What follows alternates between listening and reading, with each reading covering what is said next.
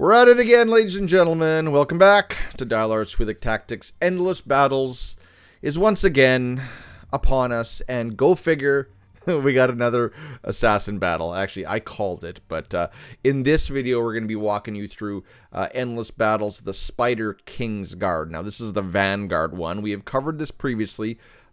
We actually had one of these, I do believe, last month was also the Spider King's Guard and Idar.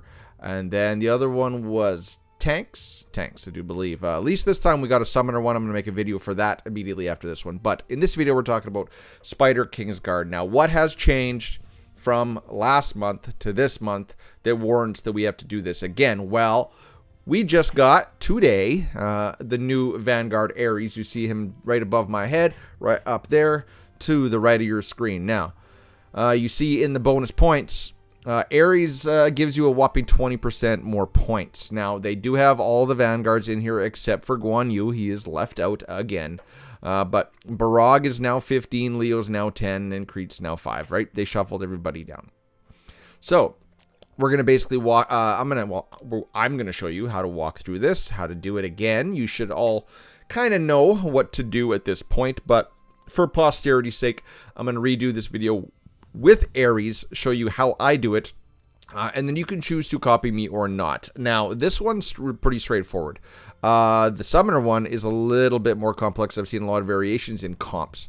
But for the purpose of this video, we're going to show you on my main account, and then I'm going to show you what my free-to-play account is using that does not have an Ares. I have one copy on my free-to-play, so stay tuned. We're going to do 2 videos. But first, let's go through the strategy just to refresh your mind. Now, Spider King's Guard, very, very straightforward. Damage inflicted by characters outside the circle is greatly reduced. Hence the reason why we want to bring in stuff like Vanguards, Tanks, Assassins, whatnot. Debilitating and highly toxic. All characters have reduced energy recovery rate. Now that is energy, not rage. Now, Ares and Barag are now our only rage-based characters. So we have to use them for sure. 1, because they give us a whole bunch of points, and 2, because they can actually do all their ultimates, and they're going to be your main point scorers in this fight. So let's go over to the window. So this is pre-recorded footage that I did today. I think I did all 15 battles on this bad boy testing. So we're going to be stopping and starting throughout this video. I will turn my head off and on so you guys can see the damage meter, but we'll walk you through it. So, first of all, we're going to go over the team and gear. So, you see, I'm going to pause right there. I am running this commander. It's not that good. I only get the bonuses for Leo, but you see that in the middle, I got Leo and Barag, and in the middle, I got plus 10% attack. The front gets some attack, Vanguard gets attack, and the front gets some health. Now, I am going to switch up this comp, but after this fight, I'm going to do one more with a better formation, regardless of my my bonuses on here. But I have since rolled a better commander, but I can't show you that one. So that's my commander. Not great, but it's still a level 50 Haggy, right? So he's still doing Haggard on things. I have a 4-star Impulsive Annihilation. I'm using a 5 or the Maxed Ruler's Ring for points or for stats, and I'm using this one for stats. So Ruler's Ring and Horn of Healing are my highest level middle and right slot prototypes, and I'm using them strictly for the stats. Now they have reworked. They reworked it last month for Endless Battles where you don't need a healer. They've basically made it to just bring in, do as much damage as possible. Don't worry about dying. Can you die? Yes. But will you die if you're playing it right? No. So I'm just, even though I'm not getting any benefit from this healing-wise, I am getting the benefit of it stat-wise, right? 1680 attack, 73,000 HP, 73,000 HP, and the same as for the Ruler's Ring. Really, the only prototype that's doing us any good is the Impulse of Annihilation. Okay, now we're going to go through the gear. Gear is going to be the most important, and I'm going to pause it there again because I'm going to say this. The amount of points you're going to score is going to be partially dependent on how good of bug gear you have. Now, ideally for this fight, you want every person on your team to have a 2-piece bug set. How are you going to do that? Well, Barag and Leo, and the new guy, Ares. You see I got Ares and Surge. Surge is more the damage set. So those are all 4-piece sets. You're going to fill those extra 2 slots. They're usually Hero or Vigorous. You're going to fill them with Bugmaster gear. Ideally, and I'm going to show you the stats right now, stuff that has this. Damage to Insectoids +1. Damage to Insectoids +1. That is 20% more damage to your enemy, your boss. Because the boss and his summoned minions, or these other little ads, are all Insectoids. Now, what does Barag have? So HP, damage 11% to Insectoids. HP, and then I'm going to show that other piece of bug gear. 5%. So that's about, what, 16% extra damage to Insectoids. Now, Leo, Surge, again, 10% damage to Insectoids. +3 attack. And then damage reduction, that should be attack. And then attack helm, attack hands. I do still have to fix that damage reduction boot. I gotta get rid of it. Ooh, look at those nice immortal gear. Damage to Insectoids +10. And then HP and attack. Look at all that nice immortal gear on my Wami. I was happy today. That's for sure. Oh, Wami.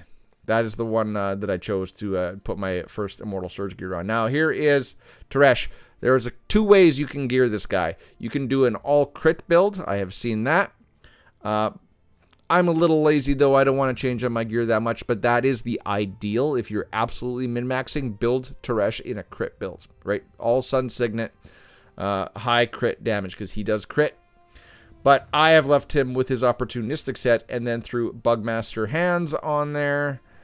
And then, as you see there, my opportunistic helm, HP, and then I got the one... Oh, no, that was Bugmaster. So no bonus Insectoid damage.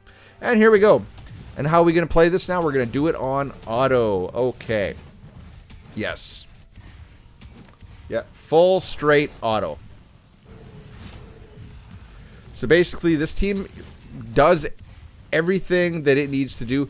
The one thing you can do differently, if you really have your heart set on playing this manually, you can manual Leo, and Leo, you can kind of make it so he'll pick up and kill more or damage more of the ads, because sometimes he misses one. So I do recommend that you do that if you're in a tight points race. On my server, I am far and ahead, leaps and bounds higher than the people in second and third. I don't really got to worry about it.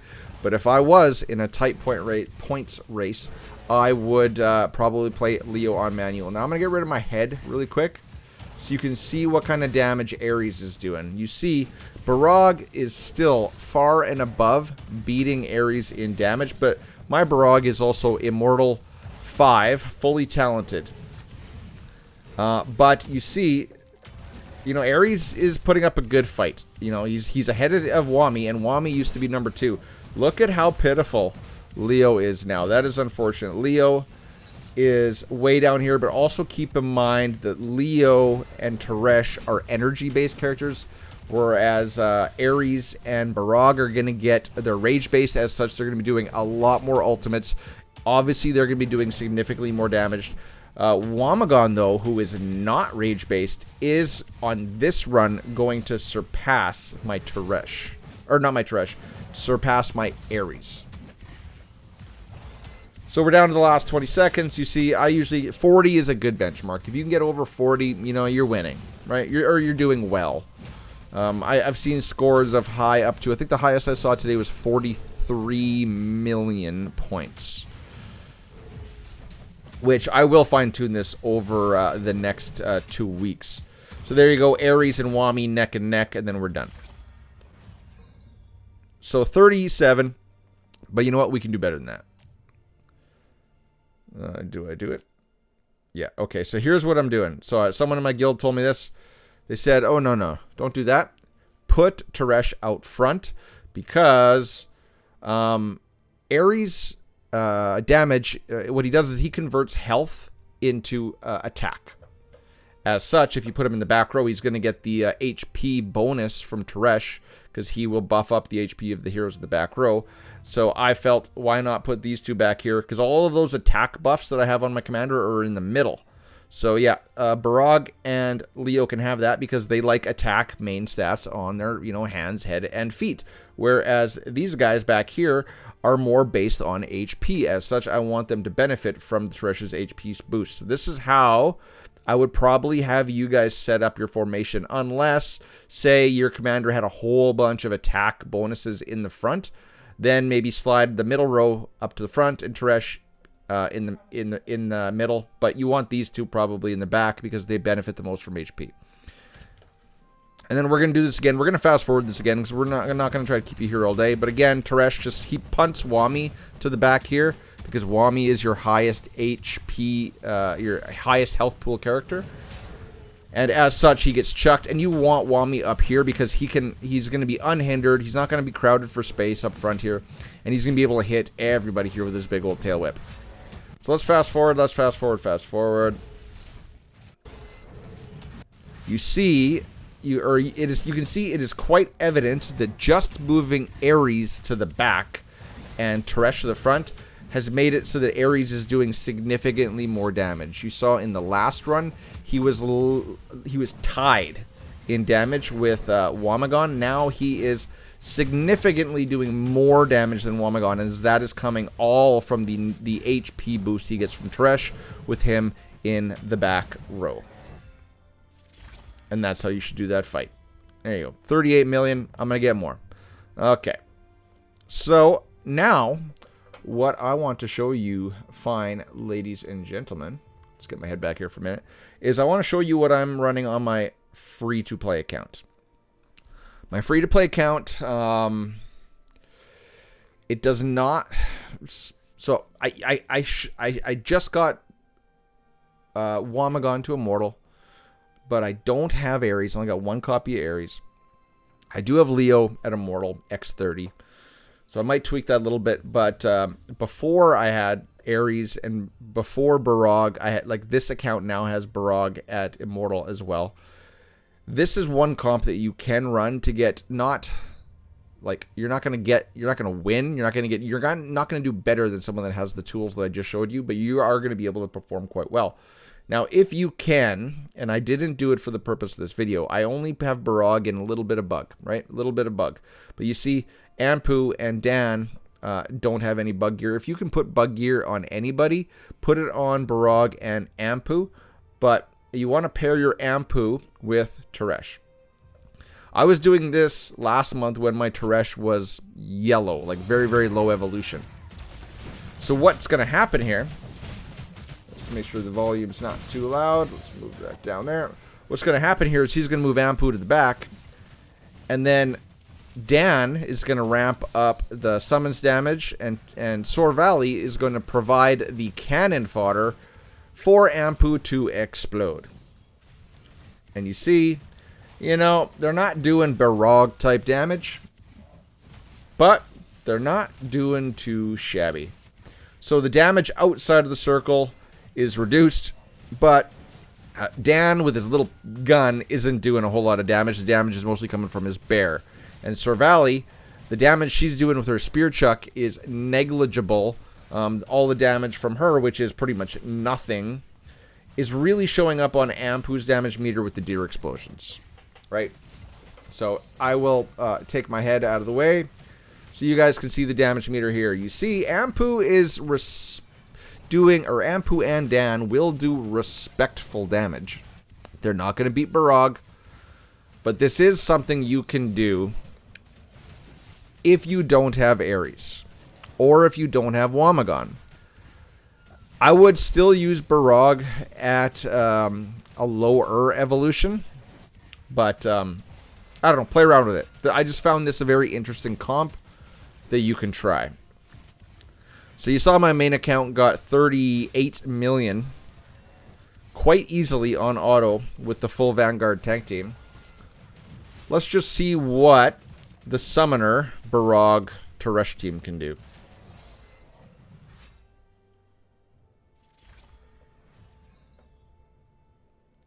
Looks like I got as high as almost 20. Whatever, 20. I am happy with 20 million on my free-to-play account.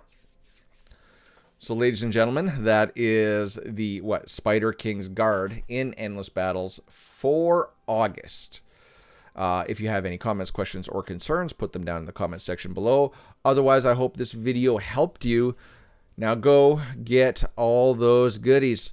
Just a note, the rewards have changed. Now, they took 20 gene hybrid shards off, and now you can pick what you want. You want those 20 gene hybrid shards? Go get them. But otherwise, these are tempered 2 materials. Or red runes, which red runes are nice too. All right, ladies and gentlemen, take this, run with it. I hope it helps. Catch you in the next one. Cheers, peace. Bye-bye. Bye-bye.